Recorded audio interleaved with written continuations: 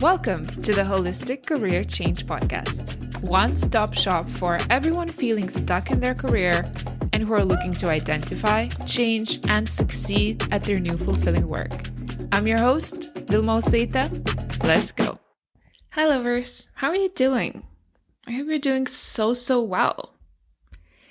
I've been having quite, I would say, emotionally turbulent past few weeks. Nothing overly traumatic or disturbing. However, it feels like things have been shook within me, and I go through these phases where my insides are rearranged, realizations triggered, emotions released, a bit of this internal organization. No other way to explain it. I remember myself years ago when I used to resist these periods of time, throw myself into work and hope that it would just pass by quickly. The result, however, used to be quite the opposite because it seemed like the more I resisted to feel out what was coming up, the less productive and the more frustrated I would feel. Having said that, things have shifted for me, and the place where I'm at right now looks very much different. I allow the emotional waves to come and go. I will sit with them. I will honor them, shine my attention on them. And by doing so, I also make it easier to release them, to extract the learning and graduate, so to speak. A bit like what I've shared in the previous episode about resistance, there's that moment of pause where you can actually decide to feel the resistance, feel the urge to either postpone or reschedule, and still, in spite of this inner resistance, continue with doing whatever task you were attending to exactly as planned. Same with emotional compassion that we can show towards ourselves and the roller coasters that we all go through. No one is immune to them. On the contrary to what it may sometimes feel like, in spite of how much healing we've done, how well off we are, how perfect our lives may look like, we all go through the same 50-50 of life. That is around 50% of the time we will be living in healing in pain and trigger, or just dealing with unpleasant emotions. The difference between those who seem to progress and those who feel stuck is how we handle those 50% of unpleasant emotions. That's it really. That's all there is to it. A phrase you've probably heard me say many times already is, if there is nothing you'll be unwilling to feel, there will be nothing you will be unwilling to do. When you really strip it down to the very basics, all you are afraid of is a feeling. A feeling of inadequacy or failure, a feeling of not enoughness. It's a feeling. A feeling cannot kill you. Especially if you willingly invite it in. All you'll have to do is feel all of the unpleasant feelings to unlock your true potential, which I bet you have only scratched the surface of. And before you say anything, I know it's a little counterintuitive to sit with an unpleasant emotion. Shouldn't we try to be positive? Sure. We do have a choice to shift perspective. That is always available for us. But refusing to acknowledge and accept those lower quality emotions, those less sexy emotions, is giving ourselves conditional love. It's like essentially us telling ourselves that we only like and approve of ourselves when we're happy, when we're productive, healthy, and abundant. When we're not there, we're not worthy of love. That is the subliminal message we're sending ourselves. Imagine saying that to a child. I can't love you today because you're angry and moody. I prefer you when you're happy and agreeable, okay? So I'm just gonna go ahead and ignore you until you're nice and happy again. You would never do that. You would never say that to a child who was angry and who was hurting. If anything, we would probably offer them some extra TLC, because we know that if a child is angry, there's often some sort of unprocessed emotion that he or she does not have the words to express yet or the tools to process it. So they throw a tantrum. However, when we ourselves go through tougher periods of time, we do indulge in those moments of self-loathing, of judgment, of unacceptance, of shaming. We do to ourselves and what unconscious parents do to their children, essentially. That just adds to our inner division and continues to exacerbate the trauma we have likely experienced as children. By the way, I've mentioned this before, but I feel like I need to repeat it. We don't have to have major traumatic events to have happened in our life to be dealing with the residual consequences. It could have been a matter of a harsher word or maybe an unapproving look that was thrown our way when we were little, which we may have internalized and have accepted as our core truth. And to our surprise, still to this day, we operate under that truth. As per usual, long intro. I just wanted to share what I'm going through because the more I open up to the emotions, and interestingly enough, the more my life expands. And the more space is made for not only emotional grounding, but also for physical results, for manifestation, for the new projects coming in, and even the results of my clients expanding. So as we heal ourselves, as we go through these emotional waves, it also makes quantum ripples around us. It's all connected. And why am I talking about flowing with emotions in a career change podcast, you may ask? Because it's all very closely related. Going through a career change will trigger a lot of emotional content, and we have to be equipped to deal with it. As the old tools, for instance, the tool of, let me ignore it long enough till it passes away, will likely work here. One of the first emotional responses to career change when people are at the crossroads will most likely be fear. Fear in all kinds of different flavors and colors and wearing different clothes and different masks. One of the main fears, however, that I hear almost on a daily basis from career shifters is their financial fears. I've branded those the gatekeeper fears. These are seemingly rational arguments your brain will serve you in an attempt to talk you out of changing anything about your life. Because change is deemed unfamiliar. Unfamiliar is unsafe. And your brain's main task is simply to keep you safe. So while these rational fears, like not wanting to deal with a pay cut, are in fact valid and should absolutely be considered, they're usually just masking much deeper core wounds and limiting beliefs. Whenever we start toying with an idea of switching careers, I'd say the first reaction is our mind getting really loud and really dramatic for the reasons that I just explained. And when I say dramatic, I'm talking like Oscar-worthy performances. Like, if you fail with your switch, you will literally go homeless and you will have to live in a box in the streets. That's it. If you make this move and fail, your life is over as you know it.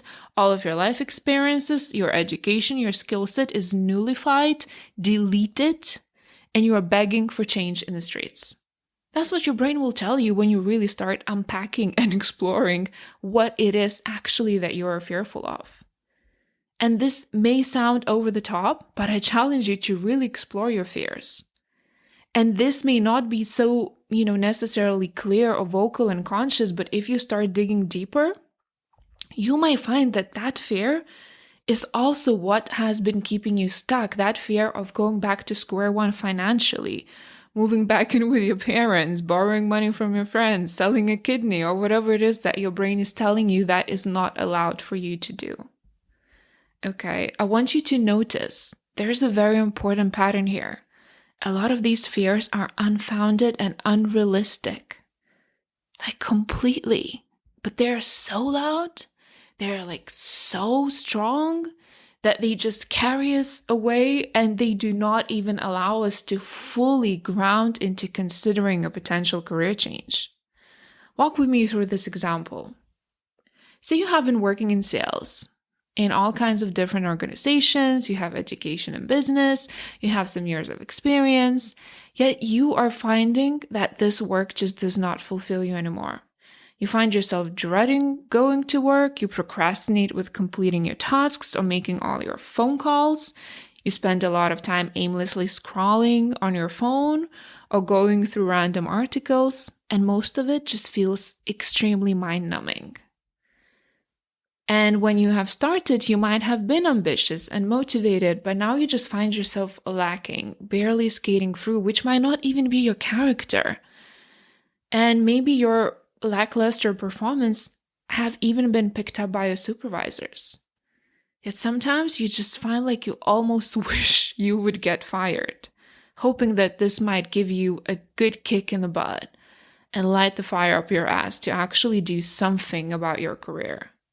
Sound familiar? It doesn't matter what industry or role you're into. When you're feeling a similar feeling of unfulfillment, it's obvious that it's time to change something up. However, when you truly force yourself to consider your options, and perhaps there are these moments where you allow yourself to dream, you often find yourself that these dreams are shut down by one terrifying thought. What if you switching careers, even if it would be towards a more fulfilling path, will mean that you will have to go back to lower income or cut down on your spending habits that you might grown fond of, or maybe live a duller, more quiet life until you reach to the same or higher salary level. But what if you'll never even reach it? What if you'll never be able to get to the level that where you're at the current career, even if you don't enjoy it? My first response is always, you're absolutely right to think these thoughts. You considering all of this means that you're being responsible, you're being realistic, and you are taking into account many aspects of a potential career switch. These fears are valid, 100%. However, and there's a point, there's a pin I'd like to put in here that I'd like you to really, really be aware of. While they may be valid, it does not make them 100% true. Nor does it have to be your reality. It can be, but it doesn't have to. Because you are clearly taking your time to think things through, strategize, and prepare. In my native language, we have this saying, you need to start preparing your winter skis in summer, and you need to start working on preparing your wheels or summer tires in winter. That is prep in advance. And that is exactly what you're doing right now. So I hope you can take a moment to recognize and then ground yourself into this knowing. You are taking all the precautions and you're being smart about this. Secondly, from my experience, I can also tell you, salary cuts can happen. However, they mostly happen on two occasions. First occasion is when switchers don't have enough patience. Or second option and circumstances when there is no solid strategy to perform the gradual switch. If you take the time to firstly get really clear on who you are, so you could understand what you want, and then work on detailing how you will get there, you don't have to worry about any pay cuts at all. If anything, you may even increase your income during the transition phase. How about that for a thought? During my career switch, I doubled my income.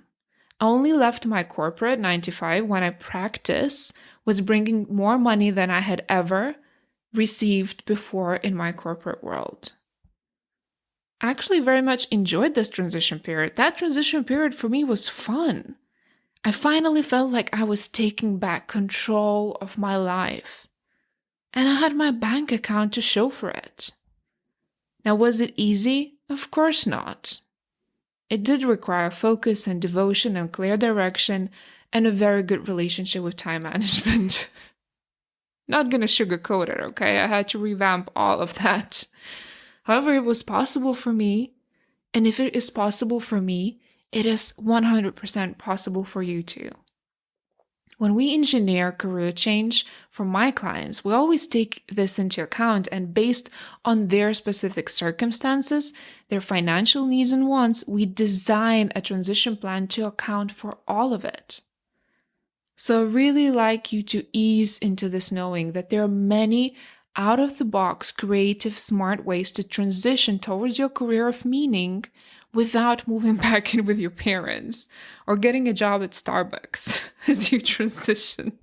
That's something one of my clients recently told me, which, gave us a good old laugh. She was like, I just really don't want to work at Starbucks. So there's one thought I'd like you to remember is that changing career does not have to mean taking on financial risks at all.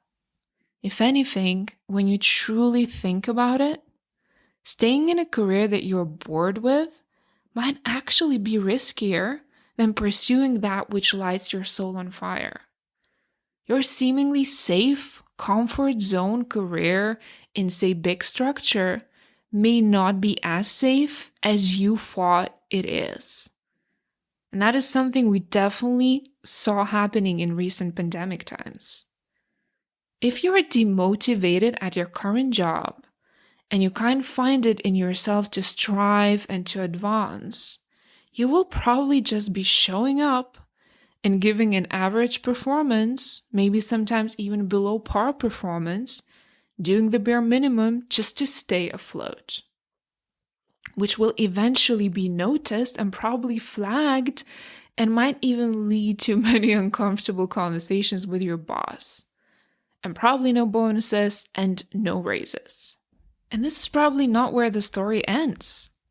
If this job is truly not for you and you are at your wit's end, you may even be asked to leave. Now that's financially risky. Staying in a career that you're not passionate and hopeful about, that you don't believe in, is much more financially risky than taking on a challenge of changing careers. Your worst case scenario is staying where you're at right now. You are already living your worst case scenario. So why not commit to trying something different? You know that good old saying, at the end of the day, we will always regret the things we didn't do, not the things we actually did, and not the things we tried and experienced. Chances are you won't have to start at a junior role. I would say, from my experience and the research that I've done over the years, because I'm obsessed with this topic, 60 to 90% of your skill set is transferable. The rest you will learn because you will be finally, at last, eager to learn about a profession or a business or a career that will feel like an extension of who you already are. You will feel endlessly interested in learning and growing and becoming better, which in turn will mean that you will also reap financial rewards because those who excel at any field always do. And that's what it feels like when you're walking your path. I promise you, you're much more resourceful, much more creative, and much more determined than you're allowing yourself to believe. If a different life is calling you, even if you don't have the full clarity what it could be yet, there's a reason for it. And it's your job to answer it. Put on your resourcefulness hat and try a million ways and then some to get there. The only question then remains not if you'll succeed. The only question then is when you'll succeed. I'd like to invite you to do a little exercise. That's my giveaway present for you. I know. We all have our drama related to homework, but hey, work with me. I call these type of exercises that I'm going to give you breaking your brain. I invite you to sit down and write down 20 compelling, believable ways in which you could orchestrate your career change process to be financially rewarding for you. I'll say it again. I want you to think of 20 compelling, believable, creative ways in which not only would you not lose the current level of your salary, but you may even increase your income. An example could be the example that I gave you, which was starting, my practice while I was still at my 9 to 5. And I know this will be challenging because some of you have many unquestioned beliefs when it comes to the level of income that you can earn. But please entertain this. Allow yourself to see just how creative and resourceful you actually are. I have a feeling you might have forgotten just how fabulous you are. Remember, you always have that choice to try at any point in your life. In spite of your age, in spite of your circumstances, in spite of your gender, in spite of the color of your skin. It's never too late and never too early. Just the right time. Please don't give up on your dreams. Wish you an amazing week ahead. Take care. Thank you for spending time with me today. If you'd like to receive additional personalized guidance and be taken through a fail-proof process from the romantic blue sky thinking to the actual specific career and business idea, together with a transition plan to make it a reality, make sure you schedule a consultation call with me. We will review your current situation and discuss how we can set you up to get from where you are to where you need to be in order to be able to live your life at the fullest expression. I invite you to become a shining example of what's possible.